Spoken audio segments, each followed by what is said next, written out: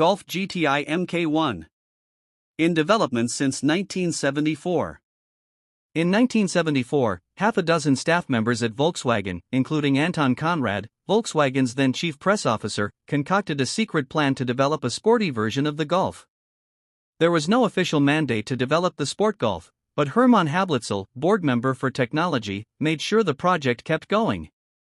Initial prototypes emerged, including a vehicle with a carburetor engine generating 100 PS.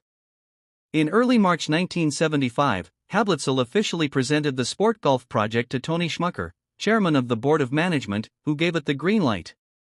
As a result, the clandestine Sport Golf officially became Development Order EA-195. Now there was a schedule, and an ambitious one at that. The vehicle was to celebrate its world premiere at the International Motor Show, IAA, in Frankfurt in September, and so the project picked up speed. EA-195 took a crucial step forward once it was finally paired with the right power unit, an injection engine generating 110 PS. However, the Super Golf didn't even have a name yet. Suggestions that were discussed included TS and GTS. But then GTI won the race.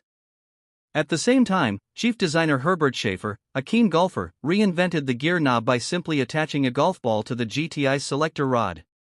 World premiere in 1975, launch in 1976. Then came IAA. Volkswagen showcased the Golf GTI and received an enthusiastic media response. Everyone wanted one. And they got what they asked for.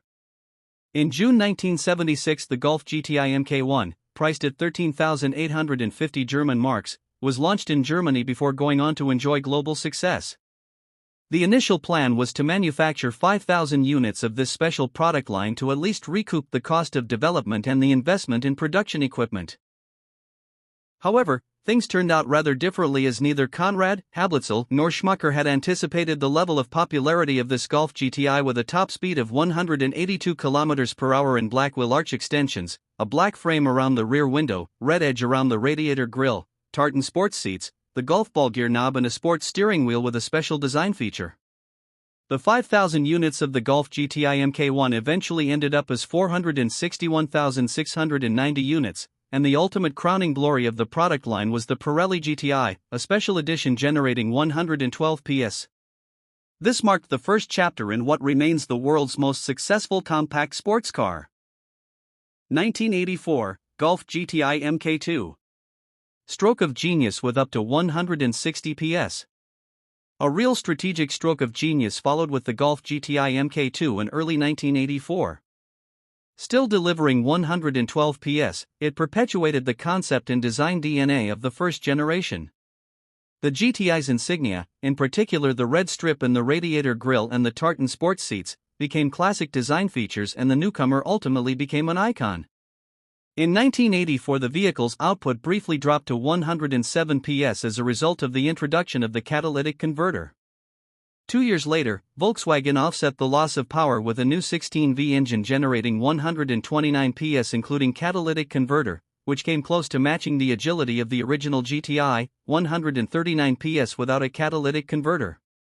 In 1990, the G-Later supercharger in the Golf GTI G60 boosted its output to 160 PS.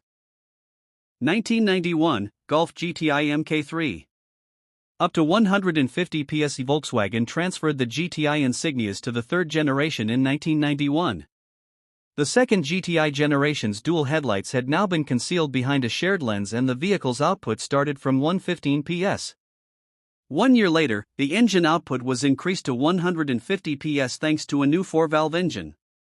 In 1996, a turbocharged diesel version, TDI, generating 110 PS enhanced the GTI concept.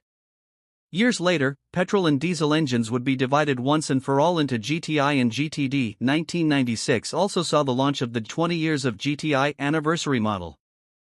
1998, Golf GTI Mk4. Icon generating 180 PS. The fourth generation of the GTI, introduced in 1998, was modest in terms of styling and was the first and only GTI to do away with elements including the red strip and the radiator grille. Nevertheless, the vehicle still became an icon of design, celebrated today as the starting point of a new, cleaner era of vehicle design. In terms of technology, the 150 PS Golf GTI Mk4 was a car that kept competitors at arm's length with its agility and quality.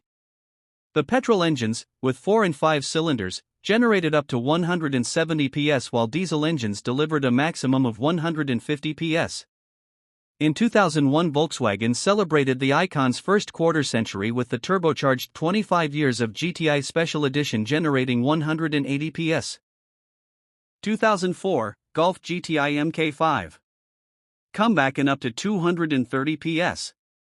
In September 2003, Volkswagen launched a magnificent comeback of the classic at IAA with a prototype of the 5th GTI generation. More than ever before, the acronym GTI became a synonym for compact driving dynamics with this generation. In September 2004, Volkswagen showcased the production version at the Paris Motor Show while the launch of the Golf GTI Mk5 followed in November. Its hallmarks were a significantly sharper look, a 200 PS turbocharged engine and supreme handling characteristics. Volkswagen propelled the GTI concept into the future with this version of the sports car. The new Denver design wheels and the black, V-shaped radiator grille were particularly striking features. The new turbocharged engine also delivered plenty of oomph. It propelled the GTI with a manual gearbox to 100 km/h in a mere 7.2 seconds. Fitting the vehicle with the new dual-clutch gearbox, DSG, cut the time required to only 6.9 seconds. The vehicle's top speed was an impressive 235 km/h. The slogan in the first brochure read, "High Performance Sport has never been this much fun."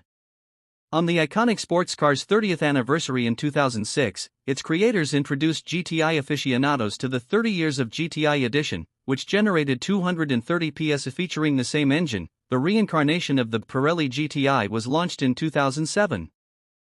2009, Golf GTI Mk6. Low power-to-weight ratio and up to 235 PS. The 6th generation of the Golf GTI followed in 2009. None other than racing legend Hans-Joachim Stuck was in charge of honing the vehicle's setup. This new generation of Golf GTI redefined the concept of grip thanks to an electronic differential lock, XDS. With a top speed of 240 km/h, this GTI featured a turbocharged engine generating 210 PS and was great fun to drive. This generation featured a sound generator and a new exhaust system concept, with one tailpipe each on the left and right, delivering audible dynamism. This GTI consistently took the original version's tradition into the future.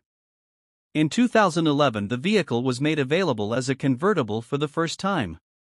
This generation culminated in the Golf GTI Edition 35, generating 235 PS, to mark the product line's 35th anniversary in 2011. Volkswagen presented the new GTI flagship at the Nürburgring, and with an output of 235 PS it was the first to come very close to reaching 250 km/h, 247 km/h to be precise. Thanks to a power-to-weight ratio of 6 kg/PS, the GTI had become more agile than ever before, reaching 100 km/h in only 6.6 seconds. 2013, Golf GTI Mk7.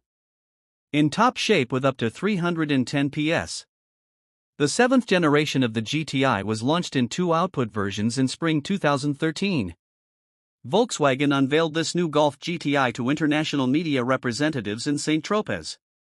This was the first time the vehicle was directly launched in 2 output versions. The basic version delivered 162 kW/220 PS while the Golf GTI Performance could unleash 169 kW/230 PS.